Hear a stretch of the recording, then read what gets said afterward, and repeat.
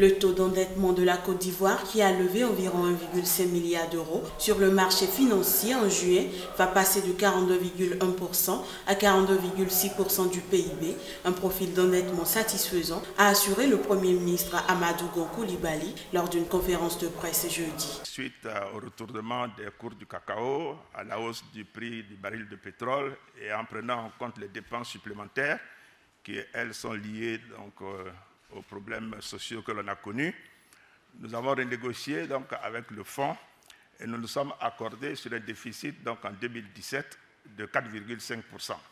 La Côte d'Ivoire a effectué 2 emprunts respectivement de 890 millions d'euros à 16 ans à 6,25% et de 625 millions d'euros à 5,125% à 8 ans après l'envoi d'une mission d'une délégation ivoirienne composée de plusieurs ministres sur les places financières de Paris, Francfort, Munich, Londres, Boston et New York du 1er au 8 juin. Le Premier ministre a donc estimé que ces emprunts étaient un franc succès, soulignant les taux d'intérêt compétitifs obtenu.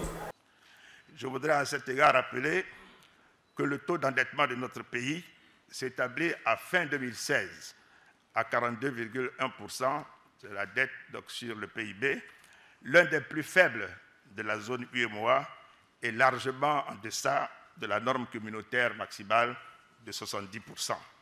Le gouvernement a promis le paiement d'environ 150 millions d'euros aux soldats mutés après les troubles qui ont ébranlé le pays en janvier et en mai. Si le montant de 12 millions de francs CFA obtenu pour chacun des 8400 mutés était un secret de polichinelle depuis des semaines, le gouvernement observait jusqu'ici une loi de silence sur les primes. Le Premier ministre a confirmé jeudi que le gouvernement avait déjà payé 10 millions de francs CFA aux mutés et qu'il allait payer les 2 millions restants au cours de ce mois.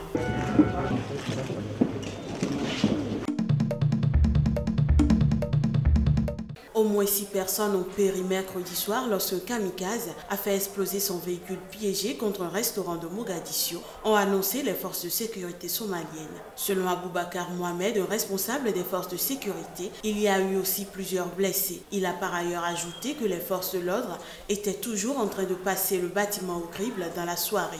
L'attentat a été revendiqué par les islamistes Shebab, affiliés à Al-Qaïda, qui pratiquent couramment ce genre d'attaque contre des hôtels et des restaurants dans la capitale somalienne. Des attaques connaissent souvent une recrudescence pendant la période du Ramadan.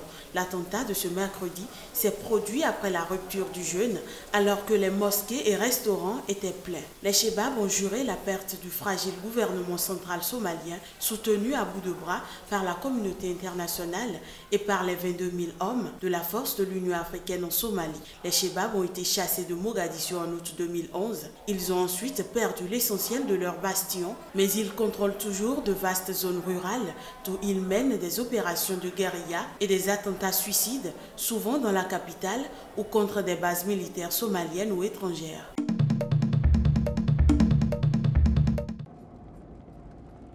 Emmanuel est chef de chantier à Benin City au Nigeria. Aujourd'hui, il inspecte un projet immobilier particulier. Une cliente a investi 30 000 € pour construire cette maison pour sa famille. Mais elle n'est pas là, elle vit en Europe. La raison pour laquelle elle a choisi cet endroit, c'est que les terrains ne sont pas chers, les prix ne sont pas si élevés et c'est une zone en développement. Mais sans l'argent envoyé de l'étranger, je ne pense pas que ce serait possible. La monnaie là-bas est plus forte qu'ici. Avec ses 190 millions d'habitants, le Nigeria détient le record du nombre de migrants africains à traverser la Méditerranée. En 2016, ils étaient plus de 37 000, la plupart de Benin City. Dans ce quartier laissé à l'abandon après la fermeture d'une usine de chaussures, la maison de ce couple de retraités est ravagée par les eaux. Ils comptent sur l'argent envoyé par leurs 2 enfants partis en Italie pour se reloger.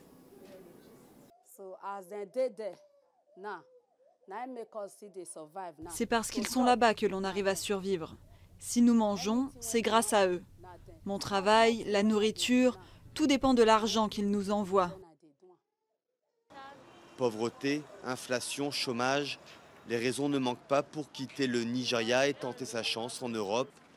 En 2015, la diaspora nigériane a transféré 21 milliards de dollars vers le pays. Une manne financière considérable, mais souvent associée à l'émigration clandestine.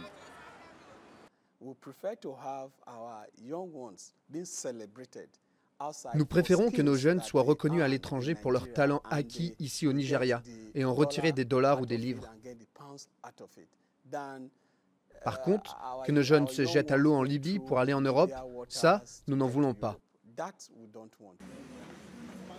Pour endiguer l'exode de milliers de jeunes vers l'Europe, le gouverneur de Benin City a annoncé la création de 200 000 emplois dans les prochaines années.